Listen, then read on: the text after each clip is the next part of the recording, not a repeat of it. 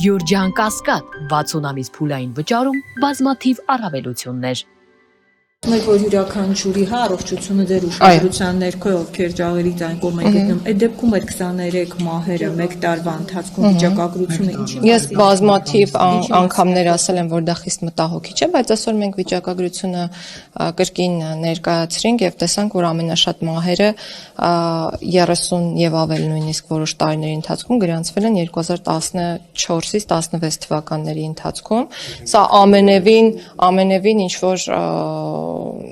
փաստարկ չէ, որը միտված է ասելու, թե մահերը քիչ են, ոչ, մահերը շատ են եւ մահերը ունեն տարբեր պատճառներ, դրանցից 8-ը ինքնասպանություններ են, հիմնական մասը հոգեկան առողջության հետ կապված խնդիրներ ունեցող անձանց կողմից, 8-ը տեղի է ունեցել քաղաքացիական հիվանդանոցներում, այսինքն առողջական վիճակի վատթարացման հետևանքով նրանք տեղափոխվել են համապատասխան բուժ հաստատություններ, սակայն նրանց կյանքը հնարավոր չի եղել փրկել, իսկ մյուս մասի հետ կապված էլ իհարկե բոլոր դեպքերում են հարուցվում քրեական գործեր, բայց եւս կարող եմ ասել, որ հիմնականում կամ առավելապես կապված են եղել առողջական որոշակի խնդիրների հետ։ Ինչ քննարկեցինք այսօր։ Քննարկեցինք, որ անհրաժեշտ է ավելի արագացնել կառավարության 825-ն որոշման փոփոխությունների կատարումը, ինչու եմ ասում արագացնել, որովհետեւ որ սահմանում է պատժի կրման եւ կալանքի կրման հետ անհամատեղելի հիվանդությունների ցանկը։ Մենք դա փոփոխում ենք ու առողջապահության նախարարության գործընկերների հետ բավական մեծ աշխատանք արդեն արել ենք այն հանձնաժողովների ձևավորման փոփոխության մասով, որոնք ոլորտում գործում են եւ փորձելու ենք այնպիսի մոտեցում ունենալ, որպեսզի այն դեպքերում, երբ առանձին հիվանդությունները չեն անցհատում այն շեմը, որոնք համապատասխանում են կոնկրետ հիվանդությանը, այդ ցանկում նշած, հնարավոր լինի գնահատել նաև հիվանդությունների համակցությունը, որպեսզի այդ համակցության առկայության դեպքում անձինք կարողանան հավակնել չկրել պատիժը կամ խափանման միջոցը։ Եվ մենք հարցել տեսեք երեք Նիկոլ Փաշինյանն այսօր շարունակելով թեման ասաց, որ մահվանների հետ կապված մի հարց ունեմ, տամ հետո նոր անցնենք այդ թեմային։ Այս մահվան դեպքերի հետ կապված Տիկին Գայլյանը մեզ հասած տեղեկություններով մահվան դեպքերից մեկով, իսկ ինքնասպանության 2 դեպքերով անձնիկ ունեցել են առողջական խնդիրներ, բարձրաձայնել են այդ մասին, հազանգել, սակայն պատշաճ բուժօգնություն չի ցուցաբերվել։ Դուք այս սցենարը բացառում եք, որ կալանավոր կամ ազատազրկված խնդրի մասին ասի։ Ես որքանով որ ինձ է զեկուցվում եւ ես խնդիր չունեմ մտածելու, որ զեկուցվում է սխալ, յուրաքանչյուր կոնկրետ դեպքի պարագայում առողջապահության նախարարության մեր գործընկերները շատ հրատապ արձագանքում են։ Եվ նման իրավիճակներ չենք ունենում, որ մեր գործընկերները հապաղեն բժշկական օգնություն ցուցաբերելիս։ Մենք այդտեղ 2 գերատեսչությամբ ենք հսկողությունը իրականացնում եւ շատ լավ համագործակցություն ունենք արագ արձագանքի ձևավորման համատեքստում ու այդպես էլ աշխատում ենք։ Եվ Նիկոլ Փաշինյանը 3 Գյումրիից վերադառնալուց հետո գրառում էր արել, որ քանի որ 301 թվականին հայրաքելական եկեղեցին ստեղծվել է պետության կողմից, կա օրինակ իր կողմից կա գաղափար, որ 10-55 բոլոր կարդացել եք վստահաբար գրառումը, այսօր էլ ասում էր, որ դրոշ պետք է տեղադրվի։ Սա արդյոք Սամոյանը հակասող չէ, սա արդյոք խնդրահարույց չէ։ Եթե տեսեք դուք միշտ հարցերը տալիս եք 2 տարբեր ձևակերպումներով, մեկը արդյոք եկեղեցին պետության մաս չի եւ սահմանադրությունում քանի որ նշված է արդյոք եկեղեցականների գործերին միջամտելը չի նշանակում սահմանադրական կարգի տապալում, դա հասկացանք որ ոչ արդեն։ Հիմա հարցի երկրորդ կողմից եք տալիս, ասում եք արդյոք դրոշ տեղադրելը իսկ ինչ որ մեկը հերքում է, որ պետության կողմից է հիմնադրվել եկեղեցին ի վերջո եւ ճանաչվել որպես պետական կրոն։ Տեսեք, չէ, շեշտադրում, չէ, պետությունը որոշել է,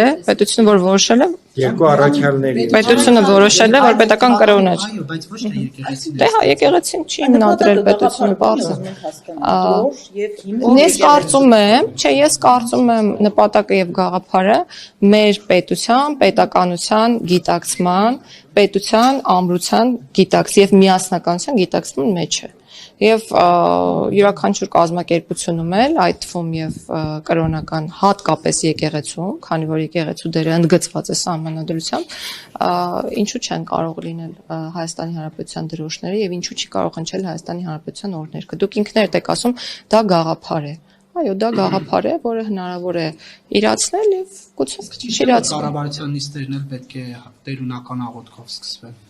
Ես նման տեղեկատվության չեմ տիրապետում, բայց դեմ չի լինի, եթե անկեղծ լինեմ։ Բայց օրինակ ԱԹ-ից նախարար ունեք, ոնց պետք է։ Դե այդ դեպքում ես ասում եմ, ես դեմ չի լինի եւ պատասխանում եմ ին փոխարեն եւ քանի որ հարգում եմ այլ անձանց իրավունքները, ես որպես իրավաբան վերջում բարձ է որ ինչ որոշման կողմնակից կլինեմ։ Չէ, հակառակն եմ ասում, քանի որ կան մարդիկ, որոնք ունեն այլ կողմնորոշում կրոնի եւ հավատքի հետ կապված, իսկ մեր երկրում գործում է ազատության իրավունքը, կրոնի, խղճի, մտքի, դավանանքի եւ այլն, ես այդ իրավունքի պաշտպանության կողմնակիցն եմ միշտ։ Եվ Տիկին Գալյան, կներեք, այն ինչ տեղի ունեցավ, հեսա վերջացնում ենք 7 վերք եկեղեցում, պատարակի նախորդ օրը դռները այսպես ասած պլոմվեցին, որևէ մեկի մուտքը թույլ չէին տալիս հոգևորականներից Շիրակի թեմի հետո տեսնում ենք, որ եկեղեցու ամբողջ դռները պետական պահպանության ծառայությունների կողմից վերահսկվում էր եւ միայն մեկ տեղից օրինակ հնարավորություն կար եկեղեցին մտնել։ Այս ամենը արդյոք խնդրահարույց չէ գնալ եւ տվյալ հոգևորականին ասել քո սպասավորման վայր մի մտի, դա նույնն է, որ կան նախարարություն եւ չթողեն ձեզ մտնել նախարարություն եւ ինչ որ մեկը ձեր փոխարեն նախարարի պարտականություններ կատարի։ Իսկ ինչի մենք հետ հայաց չենք նայում դրան նախորդող իրավիճակին։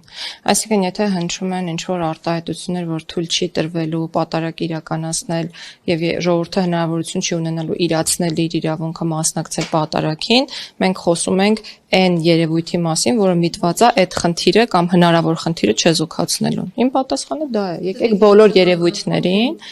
բոլոր երևույթներին նայենք ճիշտ եւ ըստ ժամանակագրական հաջորդականության։